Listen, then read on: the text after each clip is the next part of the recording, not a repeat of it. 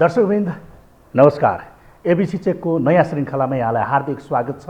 म कुलचन्द्र विष्ट। पार्टीको अनुशासन आयोगले नेकपा एमालेका स्थायी कमिटी सदस्य घनश्याम भुसाललाई कारबाहीको सिफारिस गरेको छ। यही जेठ 18 गते बसेको अनुशासन आयोगको सचिवालय बैठकले भुसाललाई कारबाहीका लागि केन्द्रीय कमिटी समक्ष सिफारिस गरेको हो। पूर्व उपमहासचिव समेत रहेका र बौद्धिक नेताका रूपमा परिचित भुसालमाथि कारबाहीको सिफारिस भएसँगै अहिले पार्टीभित्र तरङ्ग नै सिर्जना भएको छ। विशेषतः 10 बुँदे मार्फत भित्रिएका 10 भाइले कारबाहीलाई लिएर प्रश्न उठाउँदा भुसालले पनि यसलाई आफूमाथिको बदलाको भावना राखेको बताएका छन्। अझ गजब त के छ भने उनीमाथि ओलीको आलोचना गरेर गल्ती गरेको अभियोग लगाइएको छ। एकातर्फ एमाले अब पार्टी नभए क्लब जस्तो भएको आलोचना छ। यही बीचमा आफ्नो आलोचकमाथिको यो कदमले एमालेलाई अझ बा पार्टी भएको आलोचना सुरु भएको छ। अर्थात् आफ्नो गल्ती देख्न र समीक्षा गर्न तयार नहुने अध्यक्ष केपी शर्मा ओलीले पार्टीको पराजयको कारण अन्तर्घात बनिरहँदा फेरि नेता चिराउने अर्को काम गरेका छन्। चुनावअघि ओली लगायतका एमाले नेताले 60% स्थानीय तह जित्ने दाबी गरेका थिए, तर एमाले पहिलो दलबाट दोस्रोमा खुम्चिएको छ। ओलीले केही दिन अघि संसदीय दलको बैठकमा लज्जास्पद अन्तर्घात पार्टी पराजयको मुख्य कारण भएकाले छामेल हुने बताएका थिए। बिहिबार उनले आफ्नै नेताहरूबाट पार्टी जोगाउन चुनौती थपिएको बताएपछि एमालेमा अन्तर्घातको विषय चर्को रूपमा उठेको हो। यही बीचमा चुनावकै मुखमा अर्को पार्टीलाई मत दिन उक्साउने र जुङ्गाको लडाईँका कारण गढ क्षेत्रमै पराजय गराउने व्यक्तिहरूलाई छोडेर हारको नैतिक जिम्मा लिन र पदत्याग गर्न अध्यक्ष ओलीलाई सुझाव दिने भुसाललाई यसको प्रतिशोधको घाममा पारिएको छ। त्यसो भए अन्तर्घातले चुनाव हारियो भन्ने अनि अन्तर्घात नै बढाउने कार्य किन? असन्तुष्ट र फरक मत राख्ने नेतृत्वमाथि निषेधको राजनीति सुरु भएको हो भने किन? वास्तविक अन्तर्घातीहरूलाई छोडेर सही आलोचना गर्ने किन निशानामा? के उपेक्षामा परेका 10 भाइमाथि अब प्रहार सुरु भएको हो? प्रहार खोलिएको हो? भुसालमाथिको कारबाहीको अन्तर्य आलोचना मात्रै कि अरू केही? ओली के अब आलोचना पनि गर्न नपाउने हैसियतमा त्यो निर्माणमा लागेका हुन्? अनि विगतमा आफ्नै नेतृत्वको सरकारमाथि ओलीले गरेको त्यो शब्दबारको इतिहास पनि आजको एबिसी चेकमा हामी केलाउने प्रयास गर्नेछौँ। सुरु गरौँ घनश्याम भुसाललाई कारबाही किन भन्ने प्रश्नको उत्तर र पार्टीभित्र उनको बागी स्वभावको प्रसङ्गबाट। एमाले अध्यक्ष केपी शर्मा ओलीले पार्टीभित्र बागिरी सुरु गरेको आक्षेपका बीच उनको आलोचना गरेकै भरमा स्थायी कमिटी सदस्य घनश्याम भुसाल कारबाहीको सिफारिसमा परेका छन्, जुन हामीले यसअगाडि पनि उल्लेख गरिसक्यौँ। सधैँ सिद्धान्त र नीतिबारे बहस गर्ने र नेतृत्वको स्वच्छ आलोचना गर्ने उनी पार्टीबाटै पार्टीभित्र ओलीको कट्टु आलोचक मानिन्छन् पहिलेबाटै, र उनले सधैँ कम्युनिस्ट एकता रोज्ने कि सत्यानाश हुने दुईवटा विकल्प रहेको बताउने गरेका छन्। राष्ट्रिय राजनीतिको रङ्गमञ्चमा काङ्ग्रेस एउटा सुनौलो पालकीमा बसेको र केही कम्युनिस्टले पालकी बोकेको बताउँदै आएका उनले काङ्ग्रेसले पालकी बोकेका कम्युनिस्टहरूलाई खिचिटिउरी गरेको गिज्याएको बताउने गरेका थिए। चुनाव अघि काङ्ग्रेस उपसभापति धनराज गुरुङले कमरेड प्रचण्ड र माधव नेपालको मुटु हलिने गरी भनेको हात्तीको कानमा चमेराले गुड लगाउन खोज्दैछन्। त्यस्तै महामन्त्री गगन थापाले पुरानो गिरिजा सूत्रको सम्झना गर्दै भनेको माले मसाले मण्डले एकै हुन् भन्नु कम्युनिस्टहरू माथिको अपमान रहेको र यो अपमानको आलमा फस्दै आएको रूपमा उनले अर्थ्याएका थिए, जुन कम्युनिस्ट फुटको कारणले भएको उनको भनाइ थियो, जुन सत्य पनि हो। यस्तै भए पत्तासापको बाटोमा अघि बढ्ने उनको चुनावी प्रक्षेपणका बीच एमाले साँच्चै दोस्रो शक्तिमै खुम्चियो। चुनावी नतिजापछि उनले फेरि एक टेलिभिजन कार्यक्रम मार्फत ओलीले पार्टी पराजयको नैतिक जिम्मेवारी लिँदै राजीनामा दिनुपर्ने आशयको अभिव्यक्ति दिए। आफ्नो मैमत्तापन छोड, अब कम्युनिस्ट आन्दोलनबारे सोच भन्ने उनको विचारबाटै रन्थनी रहेका ओलीमाथि अझ दबाब दिँदै उनले भने 2064 को निर्वाचनमा पराजयपछि तत्कालीन अध्यक्ष माधव कुमार नेपालले पनि राजीनामा दिएका थिए। उनले अझै आलोचनामा चितवनमा सम्पन्न 10औं महाधिवेशनलाई पनि जोडेर त्यसलाई काण्डको संज्ञा दिए भने 9 महिनासम्म संसद अवरुद्ध गर्नुपर्छ भन्नेमा ओली मात्र भएको आरोप लगाए। अनि त केशव बडाल अध्यक्ष रहेको अनुशासन समितिले उनलाई कारबाहीको सिफारिस गर्यो, जसको एउटै कारण थियो ओलीको आलोचना। पार्टीको अहितमा क्रियाकलाप गर्ने, बोल्दै लेख्दै हिँड्ने, अनि त्यसपछि पार्टी कमजोर भयो भनेर चाहिँ उफ्री पाफ्री गर्ने अधिकार चाहिँ पार्टी सदस्य भएका कसैको नै अधिकार छैन र त्यो 11 लाख पार्टी सदस्यकै त्यो अधिकार छैन र बाँकी पार्टी आदरणीय अध्यक्षदेखि लिएर उपाध्यक्षदेखि लिएर महासचिव सचिवदेखि लिएर र हामी कसैको पनि अधिकार छैन। नेकपा एमालेको एकजना पुराना कार्यकर्ता जो महाधिवेशनमा उहाँ उठेको पदमा हार्नुभयो, फेरि पनि पार्टीले पुरानो कार्यकर्ताको हैसियतले उहाँलाई सम्मानजनक ढङ्गले थाई समितिमा चाहिँ जिम्मेवारी दिएको छ तर उहाँले त्यो महाधिवेशन जसमा उहाँ हार्नुभयो, जसमा चाहिँ मेची महाकाली तराई हिमाल मात्र होइन प्रवासमा रहेका पार्टी सदस्य समेत सहभागी भएर जो पार्टीको निम्ति जीवन अर्पित गरेका चाहिँ समर्पित गरेका नेता कार्यकर्ता महाधिवेशन प्रतिनिधि छन्, उहाँहरूले बसेर गरेको निर्णय र चाहिँ त्यो चाहिँ भएको व्यापक 5 दिन 6 दिनसम्म भएको छलफल र त्यसमा चाहिँ भोटिङ भएका विषय, भोटिङ मेसिन 86वटा मेसिनमा भोटिङ भएको छ, त्यो निर्णयलाई अवज्ञा गर्ने गरी केवल एउटा व्यक्ति क ख ग पार्टी अध्यक्षको कुरो भएन, कुरो महाधिवेशनमाथि नै लाञ्छित गर्ने गरी व्यक्त गर्नुभएको छ। यो भनेको क्षमायोग्य विषय हामीलाई लागेन। त्यसले गर्दा हामीले पार्टी केन्द्रीय कमिटीलाई पत्र लेखेर र यो गम्भीर पार्टी हित विपरीतको क्रियाकलाप भएको हुनाले यसबारेमा चाहिँ पार्टीले चाहिँ आवश्यक विधान बमोजिम अगाडि बढोस् भनेर हाम्रो पार्टीको विधानको धारा 24 को 5 को क अनुसार चाहिँ हामीले केन्द्रीय अब सम्बन्धित कमिटीलाई लेख्ने अधिकार हो, हामीले केन्द्रीय कमिटीलाई यो पत्र लेखेर पठाएको छौँ। ओलीको आलोचना गर्दाखेरि पार्टी बाहिरकाले त अब हिटलर मुसोलिनी तोजो के भनेका छन्, हामीले त्यसलाई मतलब गर्दैनौँ। पार्टीभित्र आलोचना गर्न पाइन्छ तर आफ्नो कमिटीभित्र होइन। सचिवालयभित्रको मान्छे हो भने सचिवालयमा गर्न पाइयो, थाई समितिको के अरे त्यही अब थाई समितिको सदस्य हो भने थाई समितिभित्र बसेर गर्न पाइयो, केन्द्रीय कमिटीको हो भने केन्द्रीय कमिटीमा त सबै हुन्छन्। केन्द्रीय कमिटी भन्नाले पार्टी अध्यक्षदेखि लिएर सबै पर्नुहुन्छ, त्यहाँभित्र पाइयो। तर चौबाटोमा गएर मेरो पार्टी खराब छ, मेरो पार्टीको विरोधमा जनमत निर्माण गर्न तयार हो भनेर कसैले भन्दै हिँड्छ भने त्यो एमालेको सदस्य हुने योग्यता पनि राख्दैन।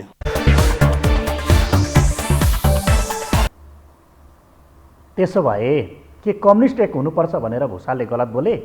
एमाले के पराजित भएको छैन? केन्द्रबाट प्रदेश हुँदै स्थानीय तहसम्म बढारीको कुरा ओलीले समीक्षा गर्न पर्दैन? सवालहरू अहिले उठेका छन्। यी सबैको उत्तर निष्पक्ष भएर हेर्ने हो भने भुसाल गलत छैनन्। कुनै बेला पार्टी नै फुटाएर माधव कुमार नेपाल बाहिरिएपछि उनीसहित 10 जना पार्टीभित्रै सङ्घर्ष गर्ने भन्दै 10 बुँदे सहमति गरेर एमालेमा फर्किएका थिए, जसबाट यो प्रश्न छ कि उनको चिन्ता सुदृढ पार्टी के हो। तर उनका विचारमाथि ओलीले आपत्ति जनाउँदै आएका थिए। तर भुसालमाथि कारबाही प्रकरणले एमालेमा खैला बैलानी सुरु भएको छ, जसप्रति 10 भाइ मध्येका एक सबैभन्दा पहिले असहमति प्रकट गरेका छन् योगेश भट्टराईले। त्यसपछि उनले लेखेका छन्, अप्ठ्यारो बेलामा सधैँ सम्हालिनुपर्छ, आवेग उत्तेजना र आग्रहमा गरिने कुनै पनि क्रिया र प्रतिक्रियाले सही ठाउँमा पुर्याउँदैन, फेरि पनि बाधे बाधे जायते तत्त्वबोध। यता उपाध्यक्ष युवराज गेवालीले भुसालमाथिको कारबाही प्रत्युत्पादक हुने बताएका छन्। स्थानीय चुनावमा पार्टीले हार बेहोरेर पार्टी पङ्क्ति नै निराश भइरहेका बेला नेताहरूलाई कारबाही गर्दै हिँड्नु गलत हुने पनि गेवालीको तर्क छ। हुन त 10 बुँदे पक्षधरमध्ये एक डाक्टर भीम रावलको हालत पनि ओलीले उस्तै बनाएका छन् भने तल्लो तहमा रहेका 10 बुँदे पक्षधर नेताहरू जसले स्थानीय तहमा टिकट पाएका थिएनन् र पार्टीमा जिम्मेवारी पनि पाएका थिएनन्। भुसाललाई कारबाही गर्दा एमाले भित्रको नेताहरू समेत प्रभावित हुनेछन्, जसले पार्टीको ठूलो पङ्क्ति असन्तुष्ट बन्ने सम्भावना बढेको छ भने फरक मत राखेकै कारण जिम्मेवारी नपाएका नेताहरूले पार्टी छोड्ने सम्भावना बढ्ने आकलन पनि एमालेभित्र हुन थालेको छ। फरक मत राख्ने सबैलाई उही व्यवहार नहुनेले पनि यसलाई निषेध र प्रतिशोधको राजनीति भन्न सकिन्छ, किनभने नेता रामवीर मानन्दर पनि ओलीको आलोचना गर्दै आएका छन्। स्थानीय तहमा गलत र आफ्ना व्यक्ति छानेका कारण हारिएको बताउने उनले चुनावकै मुखमा काठमाडौँमा एमाले क्लिन स्विप हुने बताएका थिए। अझ अघि बढेर उनले भनेका छन्, यो कसैको घमण्ड र अहङ्कारले चल्दैन, अब वाम एकता एक मात्र विकल्प हो। उनले त सक्छौ भने कारबाही गर समेत भनेका छन्। सिट खुम्चिनुको कारण मध्ये चाहिँ मैले अहिले तपाईँलाई चाहिँ के भन्नुपर्छ भने एउटा व्यक्तिको जुन चाहिँ टिकट सिस्टम भनौँ न, जसलाई दियो त्यो मान्छेहरूको व्यवहार पनि हेऱ्यो र त्यो मान्छेको अलिकति यो टिकट दिँदाखेरि म त भन्छु मान्छेको पहिचान राम्रो भएन भन्छु। अब मैले चाहिँ बुझेको कुरा के भने हिजो 74 को दिँदाखेरि कमसेकम पनि पार्टीको बैठक हुन्थ्यो, पार्टीभित्र चाहिँ कुराहरू हुन्थ्यो होइन, र त्यो पाउँदाखेरिको टिकट पाउँदाखेरि एकत्रित पार्टी भएर लाग्थ्यो। तर के भने मूल्याङ्कन नभएपछि साथीहरूको चाहिँ तल भुइँसम्म चाहिँ जिल्ला हाम्रो 10औं महाधिवेशन भयो। 10औं महाधिवेशनले के गर्यो, जिल्ला कमिटी गठन गर्यो। जिल्ला कमिटी तपाईँहरूको त रिपोर्टिङमा होला, हेर्नु होला, देशभरिको जिल्ला कमिटीमा चाहिँ प्रायः जसो साथीहरू अलिअलि भए पनि रिसाएको थियो। यो अवस्था चाहिँबाट चाहिँ पार पाउनलाई अब शिक्षा लिइसकेको छ र हिजो 2074 मङ्सिर 21 को निर्वाचन हामी गठबन्धनमा थियौँ र एउटै पार्टी चाहिँ मर्ज भयो। दुई तिहाईको लागि जम्मा 10 कम चाहिँ सिट आएको थियो। त्यो सिटको चाहिँ झझल्को त हामीले लिनु पऱ्यो नि। 7वटा चाहिँ प्रदेशमा चाहिँ सरकार चलाउने हो भने र सङ्घीय सरकार पनि आफैले चलाउने हो भने मिल्नु पऱ्यो। कुनै एउटा व्यक्तिको चाहिँ कुरा गरेर चाहिँ हामी व्यवस्था चला होइन नि त। र हामी कम्युनिस्ट बनेकाहरू भनेको कुनै एउटा व्यक्तिको अनुहार होइन, विचार र सिद्धान्तमा हिँड्छ नि। त्यस कारण कसलाई मनपर्छ मन पर्दैन आफ्नो ठाउँमा होला। अब तपाईँले भनेको त्यो एउटा चाहिँ व्यक्तिको कसैको चाहिँ इन्ट्रेस्टको कुरा हुनसक्छ, तर सिङ्गो मूलक र जनताको लागि हो भने हामी कम्युनिस्ट पार्टीमा लागेका छौँ, वामपन्थीहरू। तर जहाँ गए पनि अध्यक्ष कमरेड जाँदाखेरि जहाँ पनि मान्छेदेखि भोट हाल्नु नि त। यसको मतलब के भन्दाखेरि भित्रभित्र मनमा कार्यकर्ताको केही छ, दालमा कुछ काला आएर हुन्छ नि, त्यसको लागि वामपन्थीहरू मिल्नुपर्छ। मलाई पनि कारवाही गर्नुहोस्, मेरो टेप रेकर्ड खोल्नुहोस्। मैले प्रष्ट रूपबाट चाहिँ एकदमै टेलिभिजनबाट जनताको सामु भनिदिएको छु मैले, यदि सच्याएन भने हामी क्लिन सिप हुन्छ भनेर भनेको।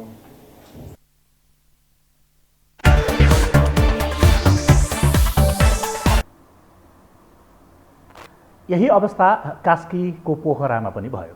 एमालेको गढ मानिएको पोखरा महानगरमा खगराज अधिकारी र पृथ्वी सुब्बा गुरुङको जुङ्गाको लडाईँ आफ्नै गढमा एमाले हार्ने एउटा अस्त्र बन्यो भने मौन अवधिमै मत मागेर पृथ्वी सुब्बाले आफ्नै उम्मेदवारलाई आलोचित बनाए। तर उनीहरूप्रति एमाले मौन छ। जबकि गुरुङले पनि पोखरामा डिजास्टर भएको भन्दै वाम एकताको पक्षमा खुलेर अभिव्यक्ति दिएका छन्। तर यहीँनिर बुझ्नुपर्ने कुरा के छ भने भएको कारबाहीको सिफारिसमाथि निर्णय गर्ने जिम्मा अब एमालेको सचिवालयलाई छ, जसमा 19 सदस्य छन् भने सिफारिसलाई बदर गर्न कम्तीमा 10 जनाको बहुमत आवश्यक पर्छ, जसमा 10 बुद्धे धारका युवराज गेवाली, अष्टलक्ष्मी शाक्य, सुरेन्द्र पाण्डे, गोकर्ण विष्ट र योगेश भट्टराई भुषालको बचाउमा लाग्ने हो भने कारबाहीको विपक्षमा 5 मत पुग्छ। मैले यहाँनिर जोडिहाल्छु, कसैलाई काखा कसैलाई पाखाको यो अवस्थाले कतै यो नाङ्लो ठटाएर हात्ती तर्काउने यो वाम एकताका पक्षमा गर्नेहरू अथवा चाहिँ 10 बुद्धेहरूलाई चाहिँ सन्देश दिन खोजिरहेको त होइन, यो आलोचना मात्रै अन्तर्य होइन भन्ने खालको यहाँ बहस भइरहेको छ। विगतमा केपी ओली पक्षकै भनेर चिनिएका पृथ्वी सुब्बा गुरुङले भुषालमाथिको कारबाहीको विपक्षमा मत प्रकट गर्ने सम्भावना छ भने केपी ओली पक्षकै कतिपय युवा विद्यार्थीमा पनि भुषालको पक्षमा उनीहरूले आवाज उठाइरहेका छन्। त्यसमाथि केपी ओलीकै निकट मानिएका प्रदीप गेवाली र सुभाष निमाङले पनि कारबाहीको पक्षमा खुल्ने कम सम्भावना छ भन्ने अवस्था छ। यसले पुनः एमालेभित्र थप सङ्कट पर्न सक्छ भन्ने विश्लेषण सुरु भएको छ। यसले उत्पन्न हुने परिस्थितिले ओलीको अहङ्कार ठुलो कि वाम एकता ठुलो भन्ने दुई धारभित्र एउटा एक स्पष्ट चित्रको आधार बन्ने समेत यो आधार समेत तयार गर्ने अवस्था सिर्जना हुन सक्छ। किनभने भुषाल समर्थित शक्ति कहीँ कतै वाम एकताको पक्षधरका रूपमा उदाउने सम्भावना छ। यता माओवादी केन्द्रका अध्यक्ष पुष्पकमल दाहाल प्रचण्डले पनि गठबन्धनमा नयाँ समीकरण बन्ने प्रयत्न भइरहेको, कतिपय पार्टीमा विभाजनको खतरा देखेको र यो आफ्नो पार्टीका लागि अवसर हुन सक्ने भनेर गरेको तर्कको तार पनि यतै जोडिएको छ। अर्कातर्फ एकीकृत समाजवादीका सम्मानित नेता झलनाथ खनालले त वाम एकता राष्ट्रको आवश्यकता भएको नै बताएका छन्, तर मुख्य दलका नेताहरू तयार नभएको उनको गुनासो थियो। तत्काल वाम एकता हुन सक्दैन, यही कारणले भनिरहँदा यो मिलनबिन्दु कतै कतै त्यतातिर तार जोडिने हो कि त्यसका लागि त्यो पृष्ठभूमि तयार हुने हो कि भन्ने खालको अवस्था सिर्जना भइरहेको छ, जसलाई विश्लेषण गरिरहँदाखेरि भोलि यो तार कहाँसम्म तानिन्छ त्यो आधारमा चाहिँ खण्डीकरण हुने, यता पक्षधर र विपक्षधर आलोचना गर्न पाइन्छ भन्ने र आलोचना गर्न पाइँदैन भन्ने, अथवा भनौँ आलोचना गर्नेहरूको शब्दमा भन्दा वाहवाद मान्ने र वाहवाद नमान्ने पार्टी सिद्धान्तले चल्नुपर्छ भन्ने खालको दुई ध्रुव देखियो भने त्यो एक ध्रुव चाहिँ पुनः वाम गठबन्धनका रूपमा अगाडि जाने हो कि भन्ने खालको कुरा भइरहेको छ। तर तत्काल वाम गठबन्धन हुँदैन भनिरहँदा यसले त्यो वातावरण सिर्जना गर्छ कि भन्ने खालको र प्रचण्डका बोलीहरूमा पनि यसको तार जोडिन्छ कि भन्ने खालको विश्लेषण भइरहेको छ। समाजवादी क्रान्ति सम्पन्न गरेर समाजवादी क्रान्ति र रूपान्तरणको युगबाट अगाडि बढिरहेको यो युगमा वामपन्थीहरूको बिचमा एकता हुनु चाहिँ वस्तुगत आवश्यकता हो। तर यति बेला वामपन्थी आन्दोलनका मेजर सङ्गठनका नेताहरू अहिले वामपन्थी एकताको पक्षमा देखिनुहुन्न। त्यसो हुनाले तत्काल वामपन्थी एकताको आवश्यकता भए पनि त्यो सम्भावना चाहिँ निकै कमजोर छ। हामी अलिक होइन बेहद असन्तुष्ट छौँ, किनभने वाम यो 5 दलको गठबन्धनभित्र सम्मानजनक ढङ्गले गठबन्धन हुँदै भएन, त्यो नभएको हुनाले हामी असन्तुष्ट छौँ।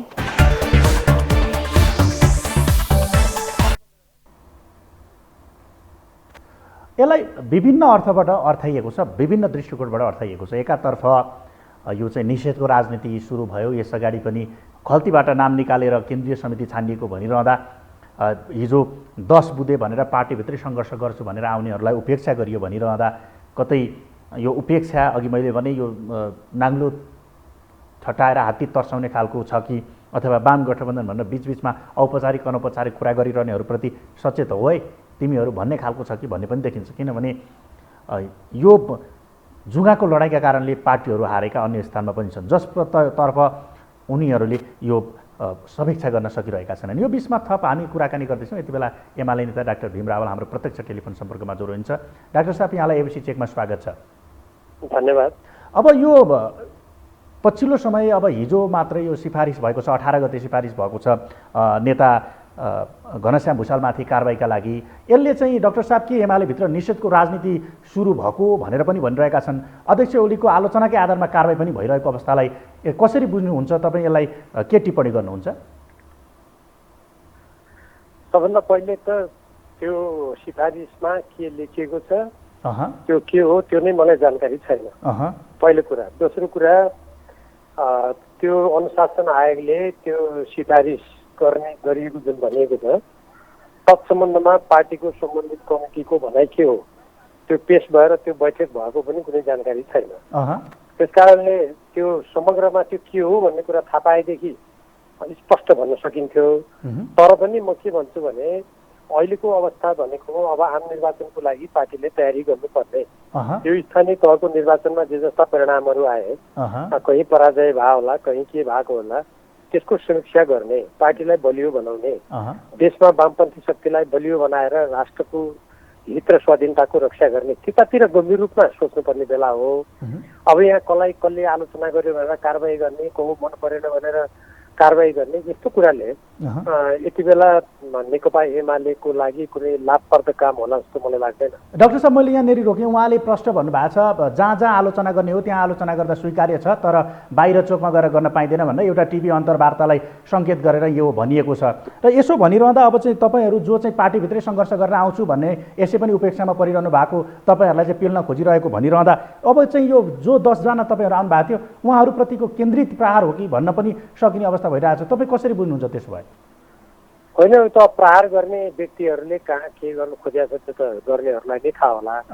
जहाँसम्म बोल्ने कुरा छ, बोल्ने कुरा भनेको पार्टीको सिद्धान्त, नीति, पार्टीले निर्धारण गरेका कार्यक्रम, त्यसको विपरीतका कुराहरू देखियो भने त्यसमा बोल्न नपाएपछि पार्टीको प्रतिरक्षा कसरी हुन्छ? जस्तो उदाहरणको लागि हाम्रो पार्टीले असमान सन्धि सम्झौताहरूको विरोध गर्ने, कुनै पनि शक्ति राष्ट्रहरूको थिचोमिचोको विरोध गर्ने, हाम्रो असँग स्वतन्त्र परराष्ट्र नीति अवलम्बन गर्ने भनेर हामीले भनेका छौँ।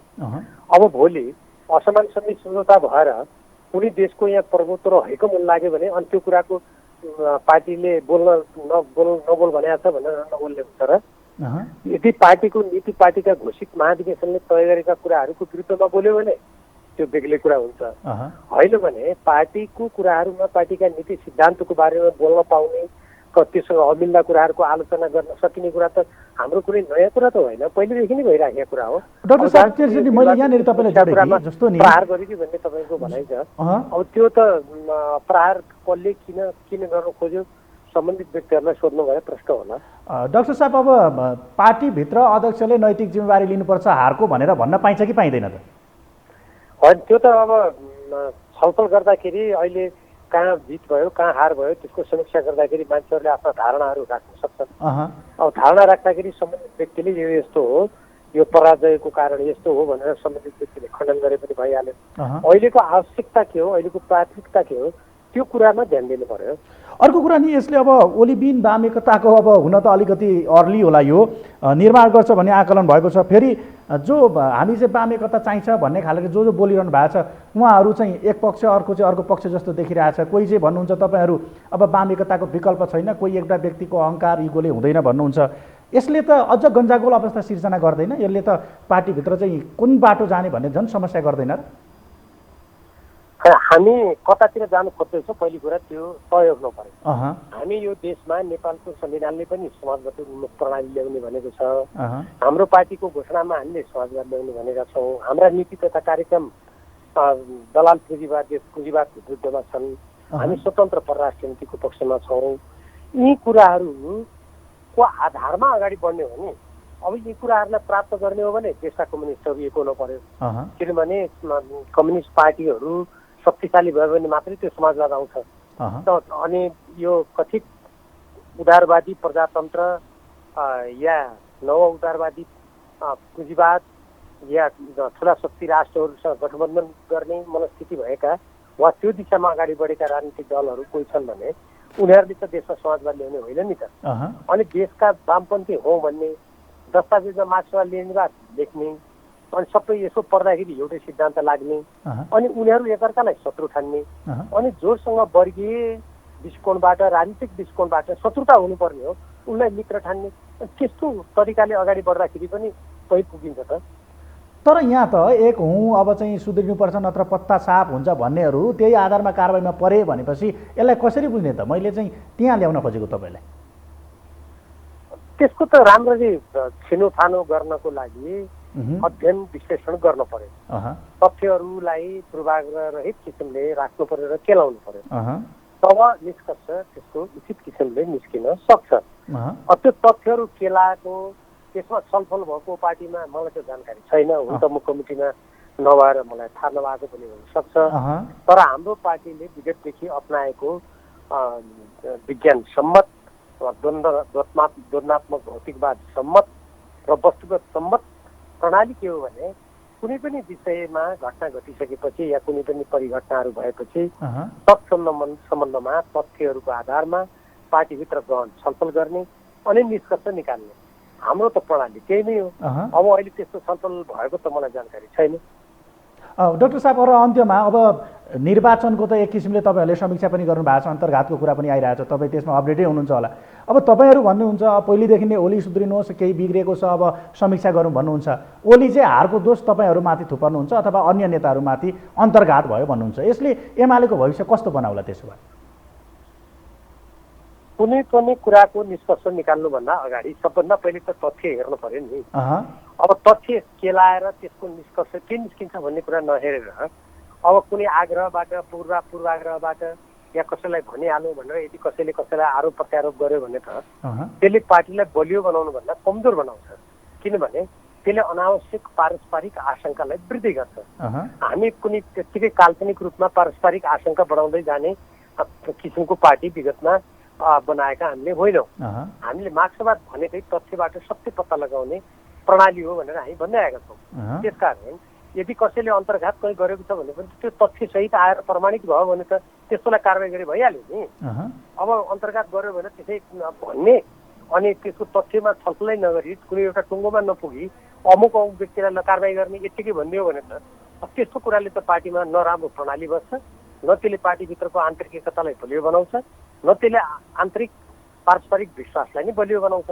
त्यसकारण हामीले विगतमा जस्ता प्रकारका वैज्ञानिक मार्क्सवाद सम्मत र पार्टीको आन्तरिक लोकतान्त्रिक प्रणाली सम्मत जे जस्ता अभ्यासहरू गर्दै आएका छौँ त्यसको आधारमा हामी नेकपा एमाले पार्टी बलियो पनि भयो। आज त्यो प्रणालीबाट गयो भने त पार्टीमा विवादै हुँदैन नि। आज त्यो प्रणाली छ कि छैन त तपाईँको अनुभवमा चाहिँ? होइन, म त अहिले कमिटीमा छैन, त्यहाँ के प्रणाली कसरी अप्नाइन्छ मैले देखेको होइन। तपाईँ नेताको रूपमा त हेर्नुहुन्छ नि त, तपाईँले त अब अनुभव गर्नुहुन्छ। मैले समाचार माध्यममा अहिले यही विषयको कुरा पनि मैले जुन समाचारमा हेरेँ, यदि अनुशासन आयोगले नै त्यो कारबाहीको लागि सिफारिस गरेको भने पनि त्यो त पार्टीको आन्तरिक मामला हुनुपर्ने हो नि। अनि यसो गर्यौँ भनेर त्यो पुरै पहिले नै विज्ञापन गरे जस्तो गरेर अनि हल्ला गरेर पार्टीभित्र निश्चित मान्छेहरूको मनमा अझ बढी आशंका सिर्जना गर्ने काम किन गर्नु पर्यो र? त्यसैले प्रणालीको जुन मैले कुरा गरेको छु त्यो प्रणाली विधि पद्धति भनेको त सबैलाई बराबर लागू हुन्छ नि। त्यसो भन्दैमा तपाईँ अब म समितिमा छैन भन्दैमा यसबाट पर पन्सेर बस्न मिल्ला डाक्टर साहब? कि तपाईँले अब एउटा निष्कर्ष के पनि निकालिरहेको छ भने दुईतिरैबाट हतार भयो भन्ने खालको कुरा निक्लिएको छ। तपाईँ त अब त्यहाँको नेतृत्वमा हुनुहुन्न, कमिटीमा हुनुहुँदैन, तर तपाईँले अनुभव विचार विश्लेषण त गरिरहनु भएको होला नि त?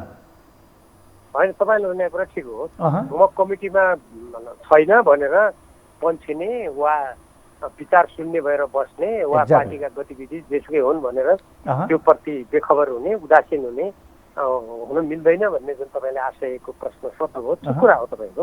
मैले त्यसबाट उदासीन हुन्छु या म बेखबर हुन्छु या मैले त्यसप्रति कुनै चासो राख्दिनँ मैले भन्न खोजेको होइन। खालि तपाईँले अलिक जुन अघिको एउटा प्रसङ्गमा कमिटीले के गर्यो कसो गर्यो त्यहाँ कमिटीभित्र कसरी कुरा भइरहेछ त्यो थाहा छैन मात्रै मैले भनेको हो नि।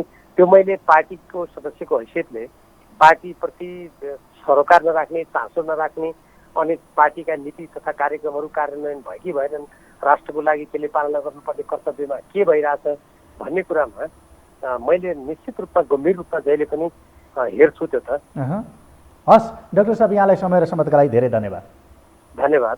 उहाँ हुनुहुन्थ्यो एमाले नेता डाक्टर भीम रावल। उहाँले पद्धति र प्रणालीसँग जोडिएर कुराकानी गर्नुपर्छ, कसैको पूर्वाग्रह आग्रहबाट जोडिनु हुँदैन भन्ने खालका कुराकानी गर्नुभयो। अब यो कारबाहीको लहरो उपमहासचिव पृथ्वी सुब्बा गुरुङ र सचिव पद्म अर्यालसम्म पनि तानिने लक्षण देखिरहेको छ। त्यसो भए ओली पक्षधर बाहेकको नयाँ कम्युनिस्ट समीकरण बन्ला त त्यो त समयले नै देखाउला। तर आलोचनाकै भरमा कारबाही गर्ने र आफ्ना विरोधीलाई भित्तामै पुर्याउने ओली आफू नेता मात्र हुँदा कति तिखो प्रहार गर्थे त्यो दृश्य जाँदा जाँदै हामी प्रस्तुत गर्दैछौँ। आजभन्दा 11 वर्ष अघि तत्कालीन प्रधानमन्त्री झलनाथ खनालको राजीनामा माग्दै यो बोलेका, ओलीले बोलेका यी शब्दले अहिले भुषालले प्रयोग गरेका भन्दा नरम थिए त। यो हेरौँ। 3 महिना खेर फाले तापनि 3 महिना सरकार नामको एउटा चिज चिडिया यस हाँगामा बस्यो, जे रस खाए खायो, नखाए खाएन, धन्यवाद छ, अब कुर्सी खाली गर, राष्ट्रिय सहमतिका लागि बाटो छोड र शान्ति र संविधानको रट, आफैले हिजो लगाएको रट, आफैले हिजो बजाएको सारङ्गी, आफैले हिजो बजाएको एकतारे सम्झ, राजीनामा गरेर राष्ट्रिय सहमतिका लागि मार्ग प्रशस्त गर। आजको आवश्यकता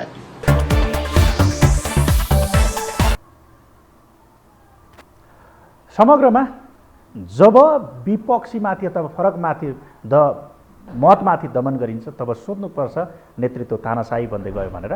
यो मेरो भनाइ होइन, एमालेकै नेताहरूले उठाइरहेका भनाइ हुन्। कुनै पनि कुराको व्याख्या विश्लेषण समान हुनुपर्छ र तथ्यपूर्ण हुनुपर्छ। त्यसो भनिरहँदा कतै यो एक कोरो लान्छु भन्ने इगोको राजनीतिले अर्को द्वन्द्व ननिम्त्याओस्, हामी त्यो पनि कामना गरौँ। वास्तवमा हिजो आफूले के बोल्थेँ र आज आफूमाथिको प्रहार मैले कति खप्दैछु भन्ने कुरा पनि महत्त्वपूर्ण हुनसक्छ। आजको एबिसी चेक यति नै। अर्को अङ्कमा फरक विषयवस्तुका साथ उपस्थित हुनेछौँ। तबसम्मका लागि आज्ञा दिनुहोस्। नमस्कार।